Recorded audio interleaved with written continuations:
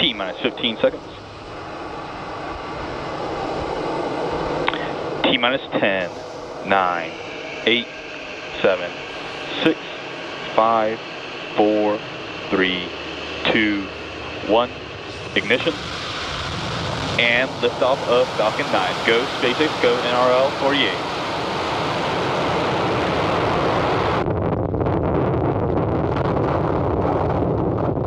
Vehicles pitching downrange.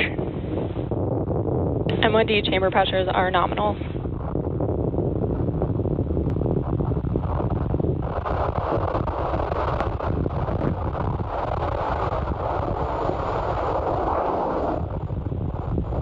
At T plus 30 seconds and counting, Falcon 9 has successfully lifted off from Vandenberg Space Force Base. And in just a few seconds, we'll throttle the engines down in preparation for max Q, a period of maximum aerodynamic pressure. This is a critical moment during flight because the combined stresses caused by Falcon 9 accelerating through the atmosphere and the ambient static pressure are at their greatest. Falcon 9 is supersonic. To help go from vertical to horizontal, the first stage also performed a pitch kick just after liftoff. This is a maneuver known as a gravity turn, where the engines gimbal a small amount, and it turns the first stage from going straight up to horizontal. We just heard the confirmation of max Q, where the rocket experienced the greatest mechanical stress during flight. The rocket typically needs to go 17,500 miles per hour horizontally in order to avoid being pulled back to Earth and get into orbit. You can track our progress to orbit by watching the left corner of your display. That's showing first stage, velocity, and altitude. Now, coming up, we have several events in quick succession. We should hear all these called out by Mission Control, starting with main engine cutoff, or MECO, then stage separation, stage 1 flip, second engine start 1, and boost back burn. Main engine cutoff is when we shut down all 9 M1D engines on the first stage. Stage separation is when the first and second stages of Falcon 9 decouple from one another. Stage 1 flip is when the booster uses its nitrogen gas thrusters to flip the booster's orientation around. Second engine start 1, we will light the MVAC engine on the second stage for the first time, and after that is boost back burn, where the engines will light to place stage 1 on a trajectory to the landing zone. So keep an eye out for those events happening back to back.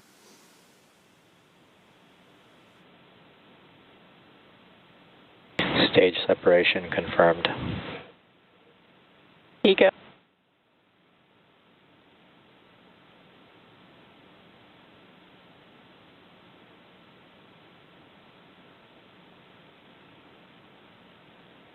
MVAC startup.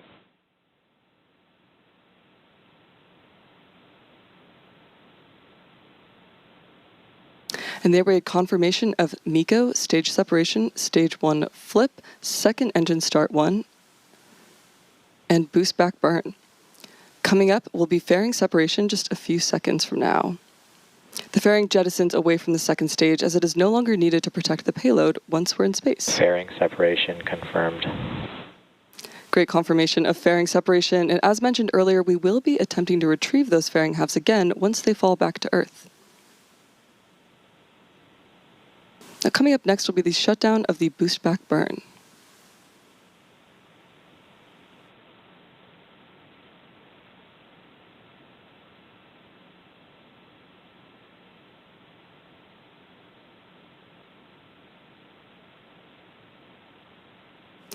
We are currently at T plus 3 minutes and about 30 seconds into today's mission, and the next major milestone is coming up at the T plus 6 minute mark, when you should see the first stage's entry burn on your screen. To start that entry burn, we will be lighting the 3 M1D engines on the first stage, starting with the center engine, known as E9, and followed shortly by the E1 and E5 engines. This is similar to pumping the brakes to slow the vehicle down as it passes back into Earth's atmosphere. We need to do this to slow down and reduce re-entry forces, which will help us recover and reuse the first stage. During the entry burn, Falcon 9 is decelerating by firing its Merlin engines, but the vehicle is still moving really fast. And this causes it to fly through Merlin's exhaust gases, also known as the rocket's plume, which deposits a layer of soot on the vehicle's surface. That's why our flight-proven vehicles look the way that they do. That soot comes from the carbon-based fuel that Falcon 9 uses, and with each flight, that layer of soot builds up a little bit more on the surface of the vehicle. Both vehicles are on a nominal trajectory. Now we are still more than 1 minute away from the beginning of the entry burn. On the left side of your screen, you can see the first stage decelerating and making its way back to Earth. At the request of our customer, we will not be displaying any views of Stage 2 for today. We do have some great views of the Falcon 9 first stage on its return journey, and it's not only using those Merlin engines, but also nitrogen gas thrusters and titanium grid fins for control. Reusability is key to lowering the cost of spaceflight, enabling more investments in critical space infrastructure. The Falcon 9 first stage supporting today's mission is performing this entry burn for its 18th time. And the payload fairings are also flight proven, with one half flying for its 28th time and the other for its 27th.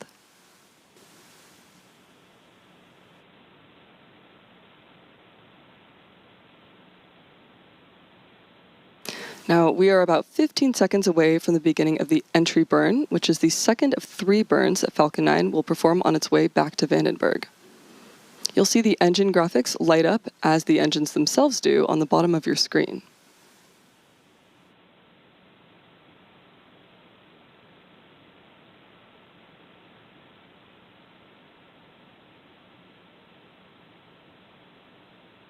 The entry burn has begun for the first stage.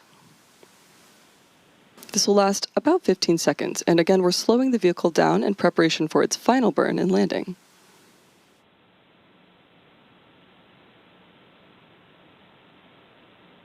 Now the entry burn is shut down on the first stage, and coming up next will be the landing burn in a little bit less than a minute from now. The Merlin engines on the Falcon first stage are optimized for sea level, and they each achieve around 190,000 pounds of thrust each during ascent and descent. At liftoff, Falcon 9's first stage has thrust greater than 5 747 airplanes at full power. In comparison, the single MVAC engine... Stage 1 FTS has saved. The single MVAC engine on the second stage has a much wider nozzle than the M1D sea level engines, and it's optimized to operate in space, producing 225 pounds of thrust in vacuum.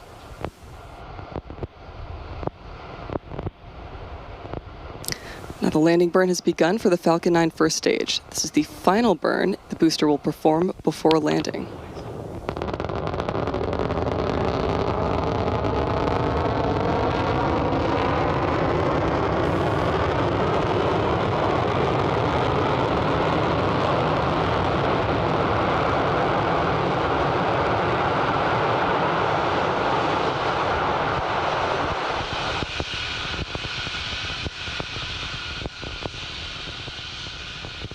Another successful landing of our Falcon 9 rocket. This was the 18th, Stage 2 is in terminal guidance.